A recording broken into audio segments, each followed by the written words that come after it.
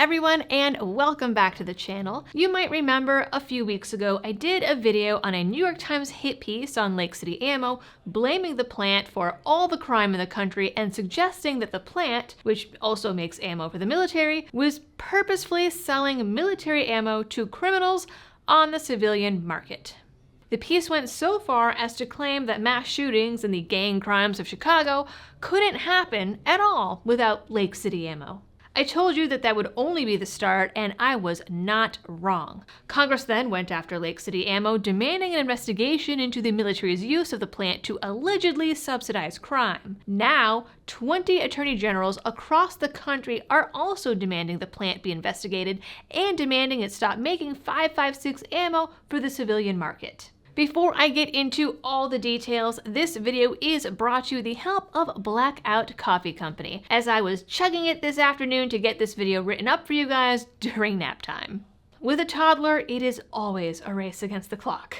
Blackout is a great company that supports channels like mine, veterans, and the Second Amendment. They have amazing coffees and teas, everything is made fresh to order, and it is all backed by traditional values. To help support them and the channel, go to blackoutcoffee.com/libertydoll. The newest attack on Lake City is being spearheaded by New York AG Letitia James and is joined by all the blue state folks you would expect, plus Arizona, Maine, Michigan, Nevada, and of course, New Mexico, because that's what New Mexico is famous for these days.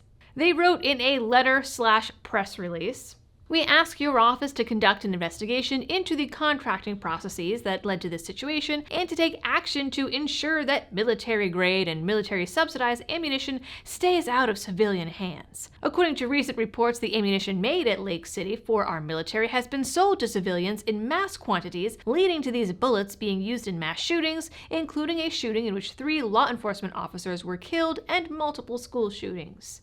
Well, this makes it sound like the contractors at Lake City are stealing ammo from the military to give to the civilians like some kind of Second Amendment Robin Hood, but that's not the case. Ammo would probably be cheaper if it was. But here's the important part. Ammunition from Lake City is manufactured for military use and does not belong in our communities. Federal courts have repeatedly noted the military nature of 5.56mm rounds, which are used in military-issued rifles, such as the M16. Military-style weapons and the ammunition specifically manufactured for them should be limited to military use. Even if military-grade ammunition were appropriate for the civilian market, its sale to private parties should not be subsidized by taxpayer dollars. The ultimate goal is to make it so people can't shoot their ARs. They haven't been able to ban the guns or stop the sales, so trying to make the ammo unavailable is the next logical step in their attack. Little do these people know, if your AR is chambered in 5.56 can also shoot .223, we're not going to tell them that. Never mind that 5.56 isn't an exclusive military round, that there are also military-issue firearms in all kinds of cartridges also available for civilian use, like 9mm, and that military arms aren't available to the general public without jumping through ATF hoops. You know this, I know this, every gun owner that's done 5 minutes of homework or spent any time paying attention to the laws knows this. How it escapes our politicians and legislators, I don't know. Well, actually, you know what? I'm pretty sure they know it and just don't care. Never mind that the military used .308 before Vietnam and switched to 5.56 to allow soldiers to carry more ammo. Among the controversy that some thought 5.56 was too underpowered for military use. If we go down the road of ammo cartridges used by the military can only be used by the military, that would leave us with what? 22 shotguns, maybe?